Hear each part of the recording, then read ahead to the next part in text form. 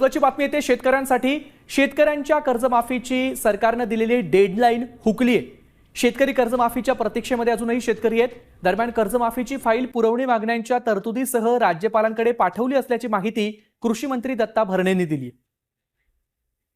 उशीर होतोय, 30 जून पूर्वी त्यांनी जाहीर तारीख दिली होती, उशीर होतोय। परंतु उशीर जरी झाला, आपल्या सगळ्यांना माहिती आहे की आता अधिवेशन चालू आहे आणि अधिवेशनामध्ये सभागृहातने आपल्या पुरवण्या मागण्या जर मंजूर झाल्यानंतर त्याची ती मागण्या मंजूर झाल्यानंतर ती सहीसाठी राज्यपाल महोदयांकडे गेल्यामुळे थोडा उशीर होतोय। प्लस जे मोठे शेतकरी रिटर्न इन्कम टॅक्स भरणार आहे त्या शेतकऱ्यांची पण यादी आम्ही मागवलेली, लवकरच 1-2 दिवसामध्ये ती यादी आम्हाला प्राप्त होईल आणि लवकरात लवकर शेतकऱ्यांना कर्जमाफी दिली जाईल।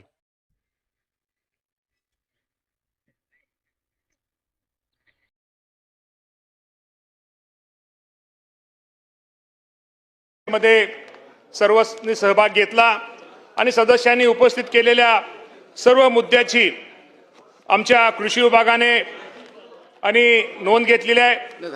अध्यक्ष महोदय, महाराष्ट्र विधानसभा ने 293 आणि 77 पक्ष सभागृहात मांडण्यात आलेल्या सदस्यांचे सभागृहामध्ये जे चर्चा केली, जे मुद्दे मांडले आणि जे मुद्दे मांडले ते अत्यंत अभ्यासपूर्वक आणि अत्यंत तळमळीने अनेक मुद्दे आमच्या या सभागृह सदस्यांनी मांडले।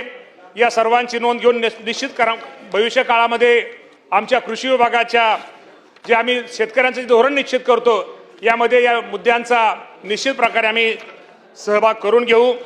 शेतकऱ्यांचं सक्षमीकरण आणि शेतकऱ्यांचा सर्वांगीण विकास हीच बाब सर्व सामान्य सदस्यांच्या भाषणाचा केंद्रबिंदू होता।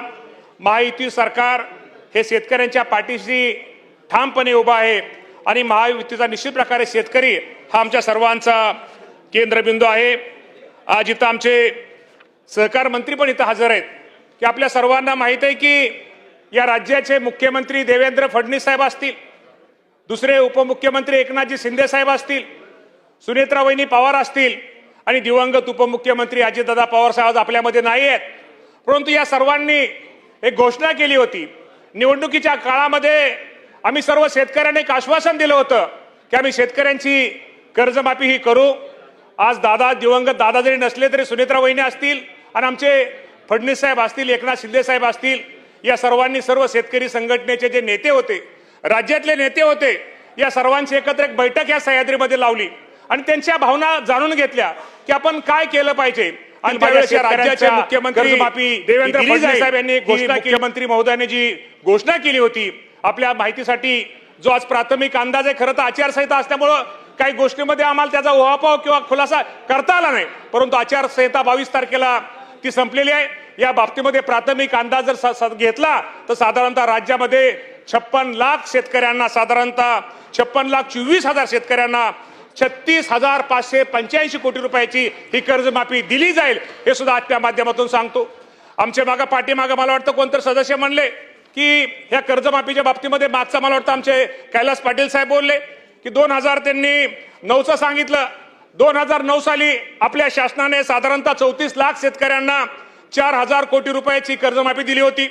त्यानंतर 2017 साली देवेंद्र फडणवीस साहेब या राज्याचे मुख्यमंत्री असताना साधारणतः 50,60,000 शेतकऱ्यांना साधारणतः 24,437 कोटी रुपयाची कर्जमाफी दिली होती। आणि 2019ला महात्मा ज्योतिराव फुले कर्जमुक्ती आणि 2017ची छत्रपती शिवाजी महाराज शेतकरी कर्ज सन्मान योजना आणि आता महात्मा ज्योतिराव फुले 2019ची या माध्यमातून साधारणतः या राज्यामध्ये 46,79,000 शेतकऱ्यांना 25,449 कोटी रुपयाची कर्जमाफी दिली होती। जर आजचा या तीनही कर्जमाफीचा जर विचार केला, तर त्या निकषाचा जर विचार केला तर ह्या वर्षी दिलेली कर्जमाफी निश्चित प्रकारे माझ्या अडचणीत आलेल्या शेतकऱ्यांना कुठेतरी त्यांना एक दिलासा होईल।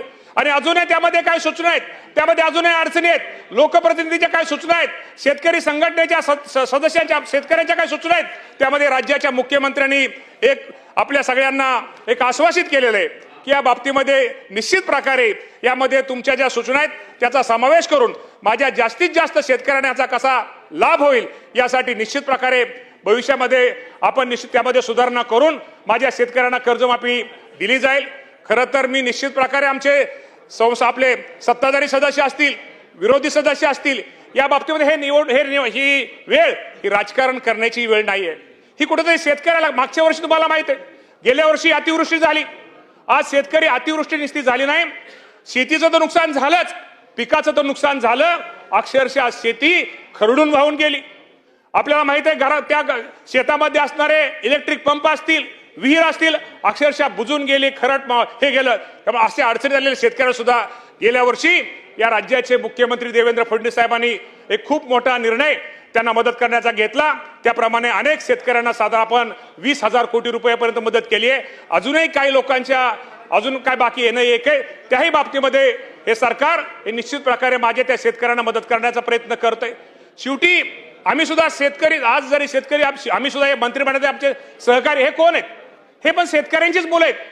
ही कुठेतरी शेतकऱ्यांची मुलं असल्यामुळे शेतकऱ्यांच्या व्यथा काय आहेत, शेतकऱ्यांच्या अडचणी काय आहेत, शेतकऱ्यांचे प्रश्न काय आहेत, कुठल्या गोष्टीचा कुठलं धोरण घेतल्यानंतर कुठला निर्णय घेतल्यानंतर माझ्या शेतकऱ्याला मदत होईल, माझ्या शेतकऱ्याला कुठेतरी त्याच्या शेतीला हातभार लागेल, यासाठी आमच्या सरकारचा हा प्रयत्न चालू आहे.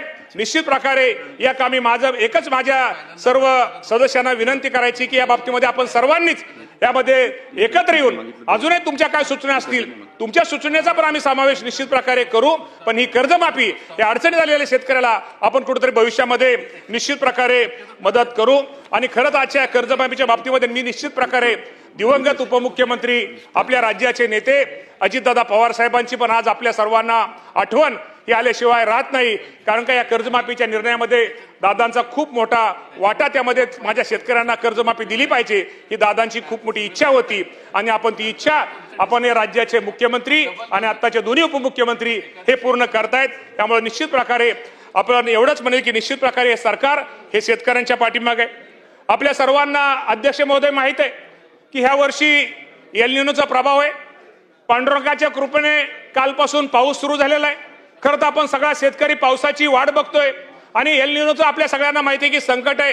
या एल निनोचं संकटाचा सामना करण्यासाठी या देशाचे कृषी मंत्री शिवराजसिंगजी चौहान साहेब असतील, या राज्याचे मुख्यमंत्री देवेंद्र फडणवीस साहेब असतील, या सर्वांनी कृषी विभागाच्या वेळोवेळी बैठका घेतलेल्या आहेत.